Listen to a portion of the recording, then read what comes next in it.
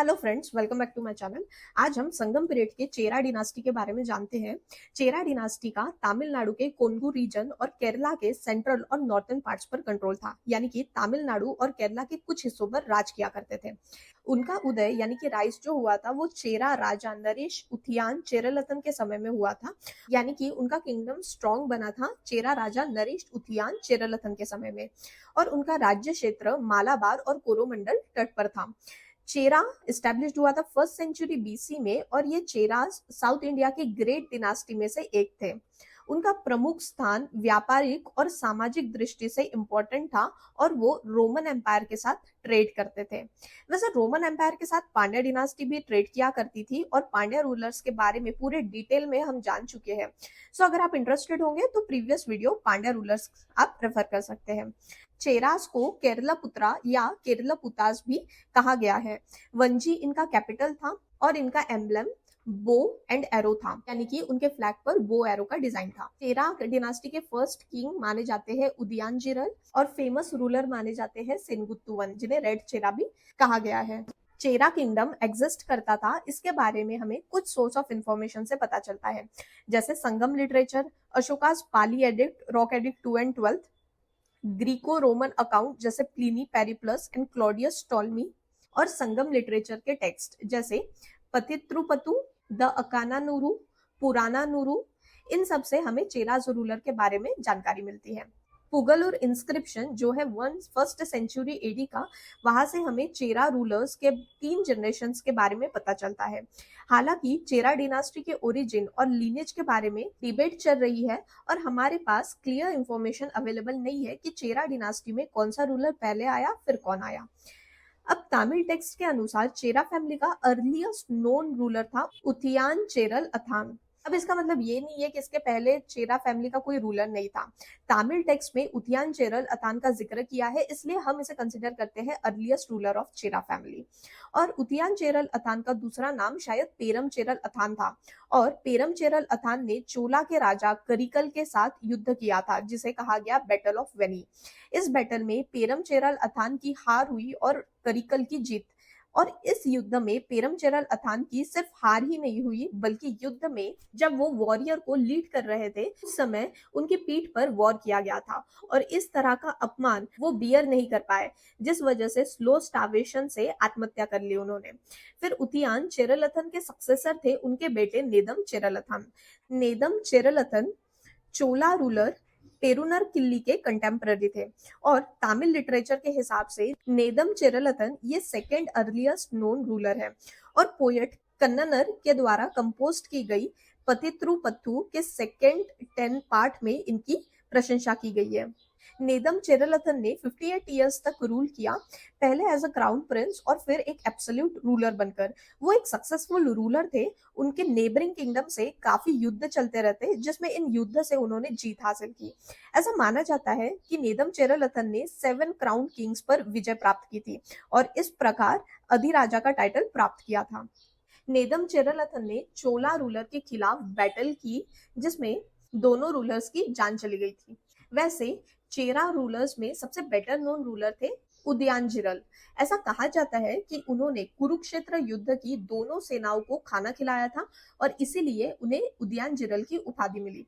वैसे उदयनजिरल ये पहले रूलर है चेरा डिनास्टी के। नेक्स्ट आते हैं सेनगुत्तुवन, जिन्हें रेड चेरा के नाम से भी जाना जाता है। वो चेरा फैमिली के ग्रेटेस्ट रूलर माने जाते हैं, जो 2nd सेंचुरी एडी से बिलोंग करते थे। इनकी मिलिट्री अचीवमेंट्स का जिक्र सिलापतिकरम एपिक में भी मेंशन है। सिलापतिकरम की पूरी स्टोरी हम जान चुके हैं, जिसमें कोवलन जब अपनी पत्नी कनगी को एक दूसरी लड़की के लिए छोड़ देते हैं, अपनी पत्नी को धोखा देते हैं, फिर भी कनगी अपने पति का इंतजार कर रही होती है, अपने पति से प्यार करती है। और जब कोवलन को अपने गलती का एहसास होता है और वो अपने वाइफ कनगी के पास वापस आते हैं, तो कनगी उन्हें माफ कर देती है। और जब कोवलन को बैंगल चुराने के झूठे आरोप से मौत की सजा दी जाती है, तब कनगी राज दरबार जाकर कोवलन को निर्दोष साबित करती है। इसी तरह पूरे डिटेल में कनगी और कोवलन की कहानी यानी कि सिल्पादिकरम एपिक के बारे में हम जान चुके हैं संगम लिटरेचर के वीडियो में। सो अगर आप इंटरेस्टेड होंगे ये कहानी जानने में तो प्रीवियस वीडियो रेफर कर सकते हैं। तो सेंगुत्तुवन ने तमिलनाडु में आदर्श पत्नी के रूप में पत्तिनी पंथ या कनगी की पूजा की शुरुआत की। कनगी को एक आइडियल वाइफ माना गया। कोवलम ने उनके साथ धोखा किया, फिर भी वो अपने पति का इंतजार कर रही थी, जिस कारण उन्हें एक आइडियल वाइफ कंसिडर किया गया और उनकी पूजा की शुरुआत की गई। और सेनगुत्तुवन पहले व्यक्ति थे जिन्होंने साउथ इंडिया से चाइना में एम्बेसी भेजे थे। फिर टाइम पीरियड चालू हो जाता है लेटर चेरास का।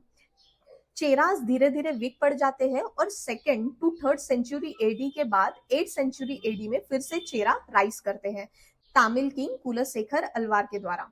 और Kulasekhara Alvar founded the second Chera dynasty. Kulasekhara ने पेरुमल थिरुमोजी लिखी, जो तमिल भक्तिपन की सबसे सेलिब्रेटेड डिवोशनल वर्क में से एक है। फिर उन्होंने वैष्णवाइट संत बनने के लिए किंग क्राउन त्याग दिया और श्रीरंगम में रहने लगे। कुलशेखर अलवार के बाद जो भी राजा आए या बने वो इनसिग्निफिकेंट थे और कुछ राजा तो साधु संत बन गए थे। लास्ट चेरा किंग रामावर्मा कुलशेखर थे, जिन्होंने 1090 टू 1102 एडी तक रूल किए। उनके contemporary Chola ruler Kulothunga Chola the first थे, जिसके साथ उन्होंने युद्ध लड़ा था। अब रामवर्मा कुलशेखर का जीवन मिस्ट्री में डूबा हुआ है, क्योंकि ऐसा माना जाता है कि इस युद्ध के बाद उन्होंने भारत छोड़ दिया और इस्लाम अपना लिया था। तो इस तरह चेरा की शक्ति का अंत 12th सेंचुरी में हो गया, जब चोला और पांड्या राजवंश ने उन्हें हराकर उनका राज्य समाप्त कर दिया और शासक मतलब चेरा के शासक ट्रावनकोर के आसपास के क्षेत्र तक ही सीमित रह गए।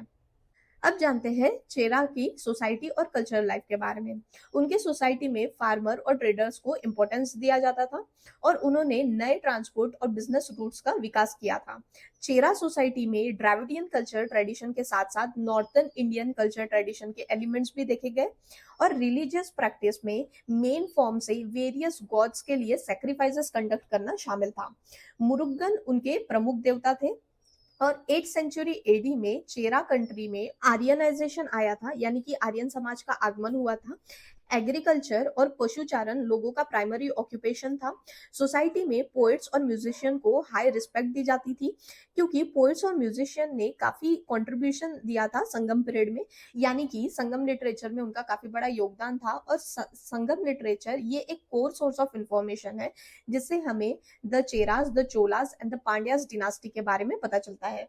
और चेरा रूलर का रोमन एम्पायर के साथ व्यापार चलता था, और जिस कारण उन्होंने Augustus who is a Roman emperor, उनका एक मंदिर भी बनवाया था मुजरिस में। और चेराज ने कथकली, मोहिनीअट्टम और केरला नृत्यम जैसे डांस स्टाइल्स को बढ़ावा दिया। चेराज ने चोला, पांड्या और पल्लवा राजवंशों के साथ साम्राज्यिक संबंध बनाए थे। चेराज ने अलग अलग समय पर इन सभी राजवंशों के साथ युद्ध भी किया और साम्राज्य की बाउंड्री को एक्सपांड भी किया। अब जानते हैं चेरा की इकोनॉमी के बारे में। अर्ली चेरा की इकोनॉमी को मेन फॉर्म से पेस्टोरल कम एग्रेरियन बेस्ड सिस्टम से डिस्क्राइब किया जा सकता है, यानी कि पशुपालन और एग्रीकल्चर इन दोनों पर अर्ली चेरा की इकोनॉमी बेस्ड करती थी। अर्ली हिस्टोरिक साउथ इंडिया को 2nd सेंचुरी बीसी से 3rd सेंचुरी एडी तक सेमी ट्राइबल पॉलिटिकल इकोनॉमी से डिस्क्राइब किया जा सकता है। इसका सिंपल वर्ड में मतलब हुआ आधे जंगली और आधे सिविलाइज्ड जीवन। तो इस तरह का आधे जंगली और आधे सिविलाइज्ड जीवन अरेंजमेंट पर बेस्ड पॉलिटिकल इकोनॉमी। और चेराज रोमन एम्पायर के साथ भी ट्रेड किया करते थे, और यह चीज हम जान चुके हैं। ट्रेड में स्पाइस ट्रेड ये एक इंपॉर्टेंट कंपोनेंट था, यानी कि मसालों का व्यापार किया करते थे।